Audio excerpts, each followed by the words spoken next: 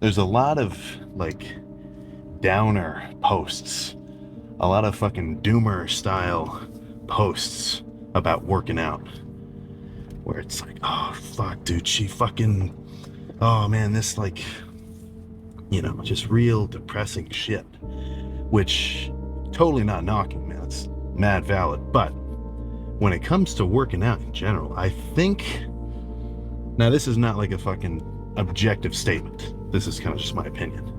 But I think having more of a stoic approach to something long term, which requires like daily effort on your end if you want to actually get results, I think having a little bit more of a stoic mindset is better for you. Like sometimes fucking we go weeks, months, maybe fucking years just killing it. Everything's working out, you're just cruising through life. It's fucking badass. But shit hits the fucking fan sometimes. Like family, interpersonal, sports, school, shit like that. Obviously I'm always mad fucking jovial in these. Because every time I'm in the fucking every time I get the camera going, I'm going to lift. Or I'm eating my meals. I'm doing something which I know is getting me closer to a goal I have. So of course I'm fucking, hyped up for it. But shit hits the fan sometimes. Come on, let's be real. That's just part of life. But in general, I mean, I don't want to linger on it too much. I've over the course of time, I've kind of found that like cliche fucking statements, cliche little mottos, shit like when people say fucking like the kind of shit where it's like, oh, the grass is always greener on the other side type deal. Like those little cliches, which you kind of just hear, you don't really put much emphasis onto them. They're all fucking true. So for the most part, if you're going through shit, as long as you don't, muddle and just kind of stay too down, right? As long as you're gonna get your ass back up, you'll kind of feel better at the end of it. Plus, that's where you really develop. Like you don't really build character just by chilling, right? When shit goes crazy, in times of intense emotion, when you reach this, oh, fuck, what's the quote I'm trying to think of? It's from a Grave Mind video. Damn, yeah. Look it up, Grave Mind, Six Realms of Existence. That video is super good. That's kind of getting into some philosophical type shit. But when shit really goes crazy, that's where you kind of develop as a person. So try not to get too depressed about it. But when it comes to lifting, dude, like, I don't know. Like when I see dudes who like, I've got a couple of friends who always have girl trouble, and I'll see them come into the lift and they're fucking like, they look like they're in the zone, but I know why. It's because they're just fucking upset. I don't know if that's the best way to go about it, right? Because when you introduce all these outside factors into the gym, I feel like you're not really in there for yourself. Like you're trying to, go hard or get, certain amounts of results or whatever, just to almost get over on someone else, or fucking like do it for someone else's approval, or like you want to show them, or like, yeah, it's fucking, look what you're missing out on. Like, I don't know, man. That just seems so superficial. In that sense, I feel like you're just allowing other people's opinions and thoughts to control what you do, right? For the most part, the more often that you can do shit purely because it's what you want to do, and it's going to bring you, yourself, satisfaction immediately, not just like making you feel better because you know that someone else is now thinking this about you. That's almost like a roundabout set of satisfaction, if you get what I'm saying. Like, just, I don't know. I kind of feel like just don't do shit just because other people tell you to, right? I guess that's sort of what I'm trying to get at, motivational style. If any of that was freaking cohesive.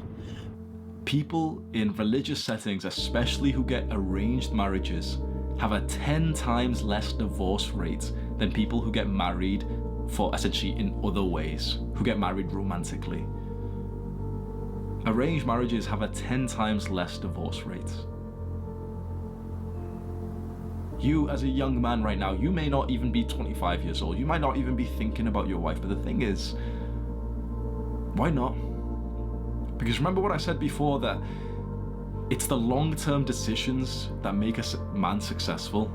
Thinking about the short term is how we got into every single bad habit, isn't it?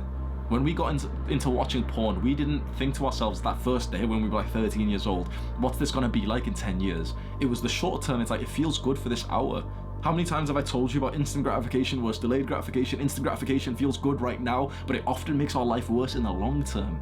Delayed gratification is when we're delaying it for the long term, but for the short term it might not be as good.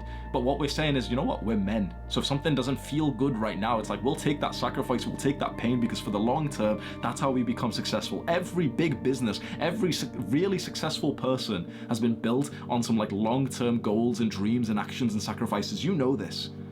So why don't we think long term when it comes to family? Why is that something that like even the based guys online, like for literally up until 20 minutes ago myself, that we all only thought short term with, which was like, yep, just focus on attracting her, just focus on getting the girl, just focus on getting more Tinder matches. That's all we've really spoke about online, haven't we? Oh, the green flags and the red flags, and you know, just focus on getting her right now. You see these degenerates all over the internet, and I'm pretty much one of them. It's just short term, and it feels good, and it feels like you probably have this like slight negative scare, like fearful thoughts right now of like what this means. Because your brain's starting to realize it's gonna need to sacrifice something that's very pleasurable. It's gonna need to sacrifice the short term. Just like you eventually successfully sacrificed porn, the short-term pleasure that comes from that, and video games and junk food and drugs. And quitting all of those, every single one was good for you, wasn't it? It didn't really feel good on the first day you were trying to quit, but then after a while it's like, okay, oh shit, like my long-term baseline's way better. This is the life, guys. Just go, you know, you're saying it to your friends, just go through the first like 2 weeks of pain once you first quit a video game and you've got to adjust to real life, or once you're taking a step back from weed or something. But after that, it's like you're at the long-term benefit. Now your life is just always better compared to the trajectory that it was going in, which was getting worse. You just had to experience some short-term sacrifice. This is like, I think this is the current scope of the dating advice online that I have personally not only consumed, but I have also created and sent out this message. That it's just the short term, that success right now equals attracting the girl, escalating and sleeping with her. But that seems like success, right? It does, but just hold on for a second and just think, okay, that feels really good. That feels like something to you know, like to go for, okay? Like, you know, I get to sleep with this girl, that's awesome, right? But just first think long term. And when you think long term, naturally you'll think about family.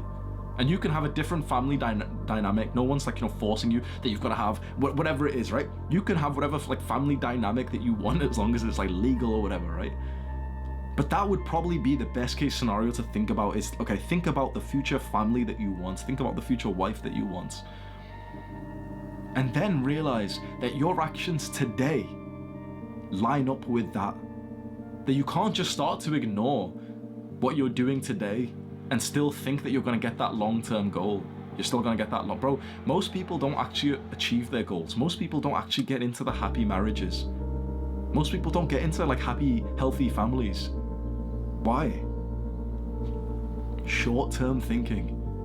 And you and I think we suffer from some feeling of like arrogance and narcissism and ego, a lack of humility, that when we do a bad habit, we don't see it as bad as it truly is, because we're not one of those. We're not a Jeffrey. We're not like one of those guys. But the truth is, like, in that moment you are. And if there's enough of those moments, then you will end up like one. And then we say to ourselves, no, but there won't be enough of those moments, because, you know, we'll do the good stuff eventually. We'll turn back around. People say that about drinking, about losing weight, about eating clean, about exercising, about working harder, reading more books, meditating, being healthy, sleeping better, like literally for all their lives. There is no tomorrow. It's like how you act today, but in a weird way, with the thought of the long term that you wanted.